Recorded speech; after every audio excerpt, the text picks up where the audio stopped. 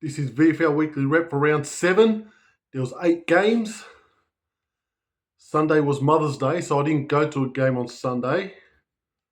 I went to one game, but first the results. Now Geelong smashed Collingwood by 61 points at Victoria Park, 17-14, 116 to 8-7, 55.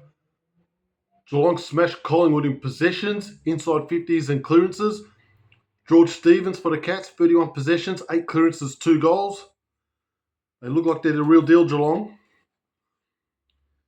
Now North Melbourne beat Sydney by 12 points in a close game at Arden Street, 10-15, 75 to 9-9, 63. Kangaroos took 50 more marks. Cooper Harvey, 37 possessions. For Sydney, Corey Warner, 32 possessions and 4 goals.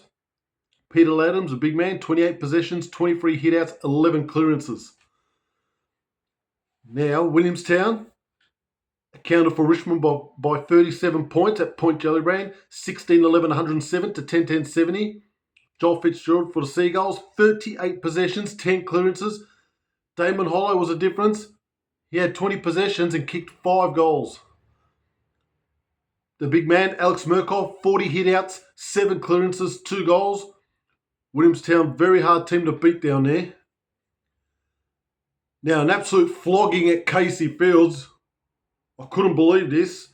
Carlton smashed Casey by 122 points, 24-13, 157 to 317, 35. Carlton kicked 10 goals in the last quarter. They had 96 more possessions, 29 more inside 50s. They took 141 marks. Casey only had 8 hitouts. Very low. Carlton had 8 multiple goal kickers. Now for Carlton, Lewis Young, he took 16 marks. Wade Dirksen, he kicked 5 goals. Liam Reedy, 23 hitouts, 15 clearances. A remarkable result this. Fancy getting belted by 20 goals at home. And also the worst part, 3 goals, 17. Geez, Casey got a lot of soul searching to do. Carlton, they're strung a few together now. They look like they're a good team. Interesting that they don't put 3 or 4 of those players into the AFL team. Now, an upset here at Fankau's Reserve. Coburg smashed Southport by 43 points. 17-10, 112 to 9-15, 69. Jack Bytel, 42 possessions and a goal. Coburg kicked 8 goals in a 19-minute period in the first quarter. Just blew the game away. It was a done deal. That's a big win for Coburg. They're back in town now. Southport, they're in big trouble. Coburg's first ever win against Southport Sharks. Good stuff. Now, Essendon, they smashed up on GWS by 51 points in Sydney. 17-12, 114 to 8-15, 63. 7-0 third quarter did it for the Bombers. Very consistent team, Essendon. Lose to the teams they should be beating and then beat up on GWS away, who are flying. Now, the Trevor Barker Cup between St Kilda and Sandringham. This was at the Beach Oval. This is a grudge match since they went their separate ways. I wanted to go to this game, but for some reason they put it on Mother's Day, so it's disappointing. St Kilda won a scrappy game, a spiteful game by 15 points, 13-7, 85 to 9-16, 70.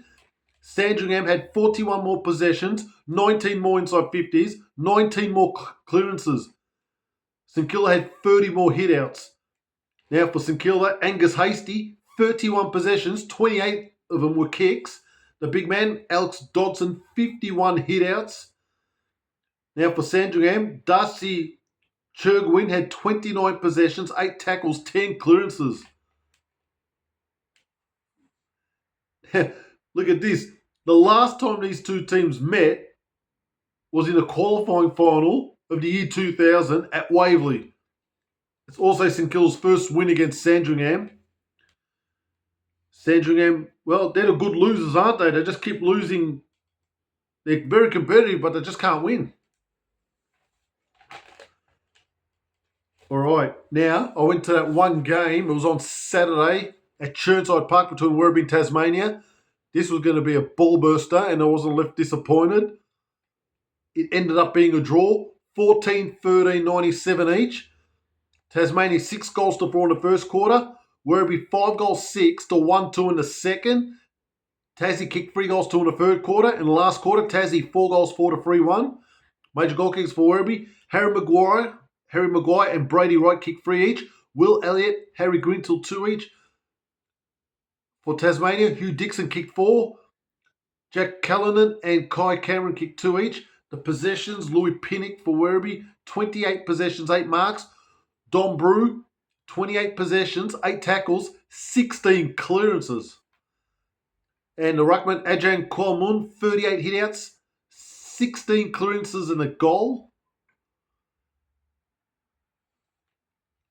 Now, for Tassie, Jackson Artemis, 27 possessions and a goal. Tasmania had 30 more possessions. Werribee dominated the hitouts, 48-20.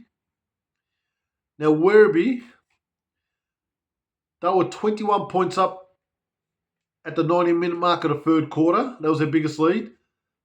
Tasmania were 14 points up, 27 minutes in the first quarter. This game could have gone either way. And Werribee looked like they had the game sewn up. They were 15 points ahead, 18 minutes in the last quarter. But then Tasmania absolutely dominated. Relentless pressure. That 10-12 minute period, they kicked 2 goals free and Werribee couldn't even get past the centre.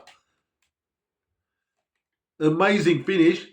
I honestly believe if that match went for another 30 seconds, 1 minute, Tasmania were going to get Werribee. Even when Werribee hit that lead, 15 points in that last quarter, it just didn't feel like they had control of that game. Tassie were good in the first quarter, open footy, but the second quarter was all Werribee. Absolutely dominated the clearances, hard ball gets, absolutely belted up on Tasmania. 5 goals 6 in that second quarter. But then Tasmania worked themselves into it. Werribee had the hardness and the hard ball gets, clearances. But Tasmania had the outside run. Very skillful team, very energetic, very fit team. Mate, it was an excellent crowd there too. Very good crowd. Great atmosphere. I'm not going to say this because it was a draw, but this has to be the game of the year so far. Both sides were excellent. Both teams went for it.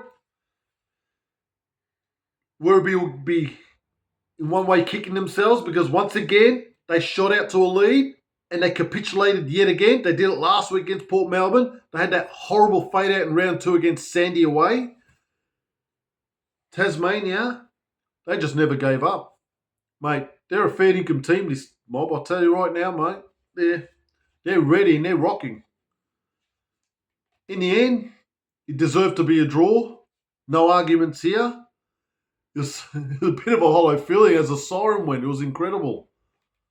It just felt like Tassie were going to get them in the end, but they kicked 3 behinds in a row to draw the game. I think both teams will be happy if that 2 points, to be honest. Werribee, well, they got some problems. They're just not the same team they were a couple of years back. They just don't have that same vigour in them. But that was a great game. Now let's look at the goal kickers. Mitch Pajaski, 26 goals. Brad McLaughlin, 18. Jack Ferraro, 17. Now Charlie West, Jack Ison, Jane Stevenson, 16. Bailey McKenzie and Hayden McLean, 15 each. We'll just go through the ladder. Geelong, Williamstown on 20 points. Tasmania, 18. Carlton, GWS, Box Hill, 16. They're in the top 6. Sydney, 16. Werribee, 14. Footscray, North Melbourne, 12 points. There are 7 teams that have won 3 games. 7 teams. 2 of them in the top 10. The other 5 just outside it. Coburg, Port Melbourne, Southport, Frankston, Essendon. Now there are 5 teams on 2 wins, 8 points. Richmond, Collingwood, St Kilda, Sandringham, Casey. Brisbane and Gold Coast Suns are 4. Still big logjam of a ladder, so it's pretty hard to tell. There are 9 games coming up in round 9. 4 teams have the bye. Coburg, Werribee, Eston, Williamstown. 2 games on Friday. Brisbane play Geelong. Sydney play Collingwood. Saturday, there are 6 games. I don't know what games I'm going to hit. Got no idea. Box Hill play Richmond. Gold Coast against Frankston. Tasmania play Southport. Carlton play Footscray. St Kilda play Casey. Port Melbourne play North Melbourne. Just 1 game on Saturday again. Sandringham against GWS should be interesting. Like I said, I don't know what games I'm going to go to on Saturday. I'm not going Sunday, prior commitment. I've got time for my gripe. This is it. Now, Ethan Phillips, who played at Carlton VFL, he wanted a clearance to go to St Kilda. Something's happened there behind closed doors. I don't know what it is. He finally played his first game for St Kilda on the weekend. Now, Carlton didn't give him a clearance till Carlton St Kilda played their match last week. Mate, let me tell you something. This was an absolute dog act by Carlton. Absolutely disgraceful that they wouldn't clear this guy. They just waited till after they played him. They waited 5-6 weeks. That is pathetic and disgusting. I don't understand why they wait till after they played each other. Because these 2 teams are going to meet again. Oh, that's just shit. That's just shit. Carlton's gone down. Another peg in my estimation. That made me sick. Just let the guy go. What's he going to do? He wants to play for another team? Give him the clearance. Why wait 1 month? Or whatever the hell it was. Yeah, it was an interesting week of footy again. Don't know what games I'm going to hit, but it should be interesting. I'll see you next week.